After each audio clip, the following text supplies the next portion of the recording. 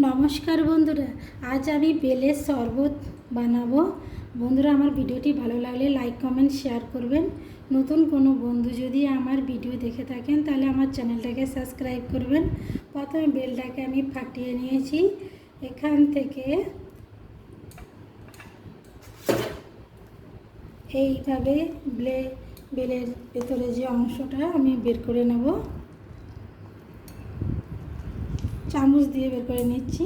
তারপর একটা বাটি নিয়েছি, বাটির মধ্যে বেলের ভেতরের অংশটা বের করে নিলাম।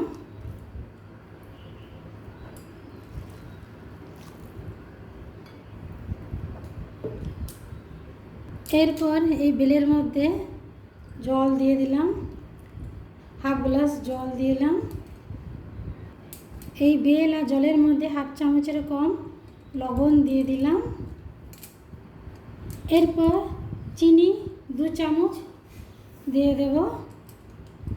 তারপর একসঙ্গে খুব ভালোভাবে চিনি গুঁড়ো করেও দিতে পারেন। আমি এখানে এই বেলের বীজগুলো বের করে নেওয়ার আগে এইভাবে চটকে নিচ্ছি, যে চটকে রস বের করে নিচ্ছি, গাঢ় রস।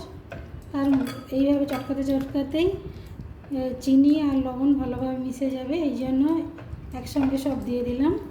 এইভাবে চটকে বেলের রস বের করে নিচ্ছি।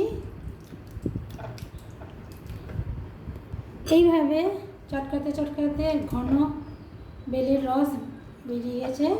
এরপর আমি এখান থেকে এই বীজ আর এই ছিবড়েগুলো বের করে নেব, সব বের করে নেব। আপনারা চাইলে ছাঁকনি দিয়ে ছেঁকে নিতে পারেন, আমি এখানে ছেঁকে নিচ্ছি না, হাত দিয়ে এইভাবে সব বের করে নিচ্ছি। এইভাবে করলে সব বীজগুলো উঠে আসবে। এই যে উঠে এসছে,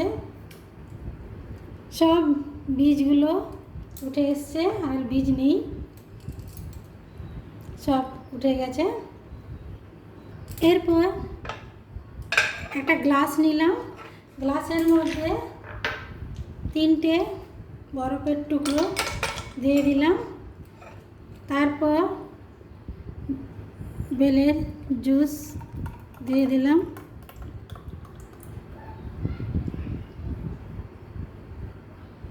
পুরোটা দিয়ে দিলাম। তারপর এর উপরে নারকেল কোড়া দিয়ে দিলাম।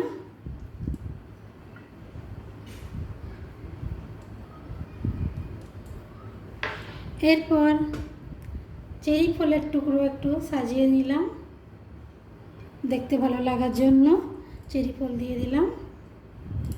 তারপর চকলেট সিরাপ দিয়ে দেব।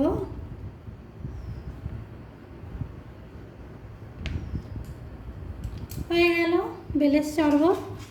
তারপর একটা পাইপ নিলাম, ঢেকে নিলাম। হয়ে গেল বেলের শরবত।